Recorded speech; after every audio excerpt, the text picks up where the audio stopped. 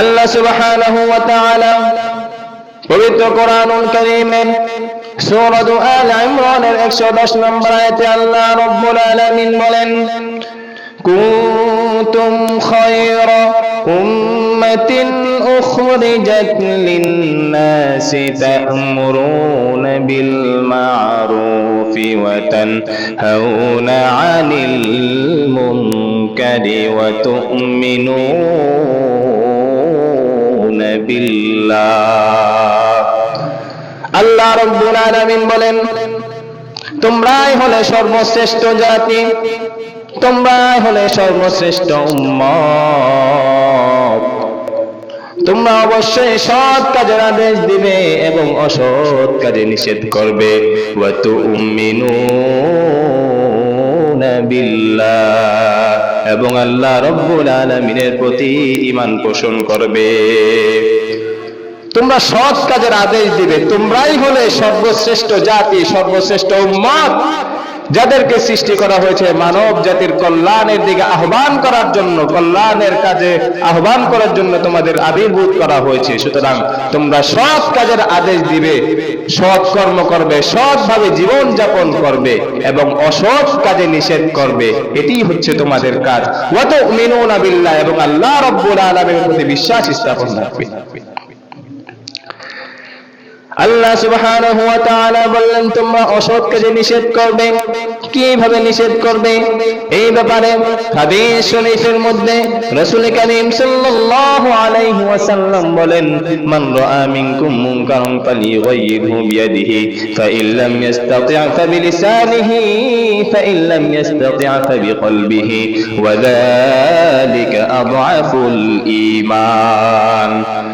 আল্লাহ রাসূল সাল্লাল্লাহু আলাইহি ওয়াসাল্লাম বলেন, তোমাদের মধ্যে যে কেউ মন্দ কাজ হতে দেখবে, খারাপ কাজ হতে দেখবে, সে যেন তার প্রথমে হাত দিয়ে সে প্রতিহত করে, তার হাত দ্বারা যাতে সে প্রতিহত করে। যদি তার হাত দ্বারা সে প্রতিহত করতে না পারে, তাহলে সে তার মুখ দিয়ে প্রতিবাদ করবে। ওই অন্যায় কাজটা, ওই খারাপ কাজটা, ওই মন্দ কাজটা তার মুখ দিয়ে প্রতিবাদ করবে।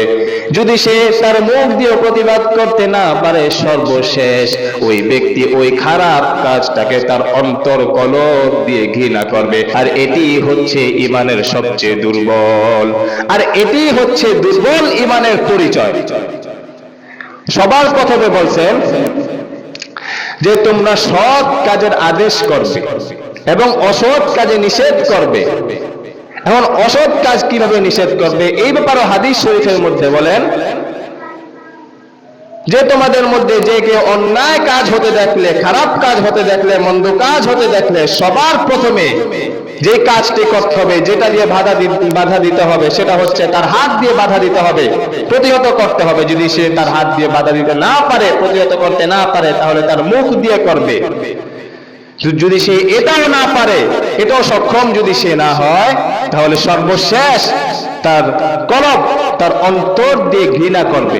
আর এটি ঈমানের সবচেয়ে দুর্বল পরিচয়, দুর্বল ঈমানের পরিচয়। এখানে এটাকে বুঝিয়েছে যে সর্বশেষ অন্তর দিয়ে ঘৃণা করতে হবে। সর্বনিম্ন ঈমানের পরিচয় হচ্ছে এটাই, যে সর্বশেষ সে ওই খারাপ কাজটাকে অন্তর দিয়ে ঘৃণা করবে। যদি আমরা সৎ কাজে আদেশ না করি, অসৎ কাজে নিষেধ না করি, তাহলে কি হবে? এই সম্পর্কে হাদিস শরীফের মধ্যে এসেছে। আল্লাহ রাসূল সাল্লাল্লাহু আলাইহি ওয়াসাল্লাম বলেন, والذي نفسي بيده لتأمرون بالمعروف ولتنهون عن المنكر أو ليوشكن الله أن يبعث عليكم عقابا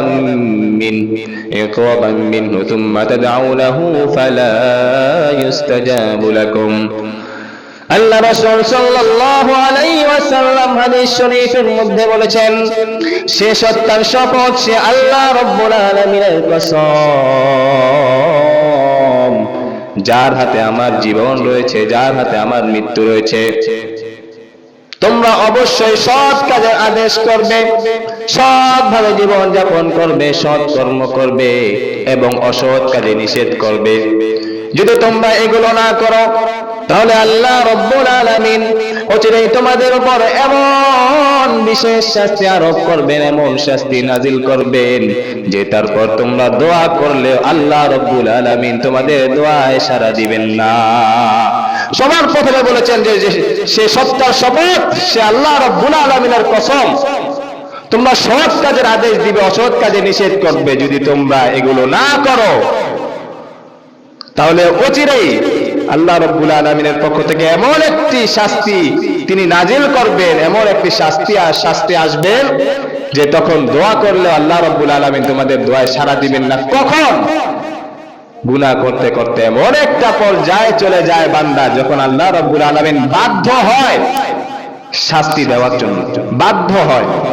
এমনি শাস্তি দেন না, গুনাহের কাজ করতে করতে করতে করতে লিমিট ক্রস যখন করে ফেলে তখন আল্লাহ রাব্বুল আলামিন সহ্য করতে পারেন না, তখন শাস্তি দেন।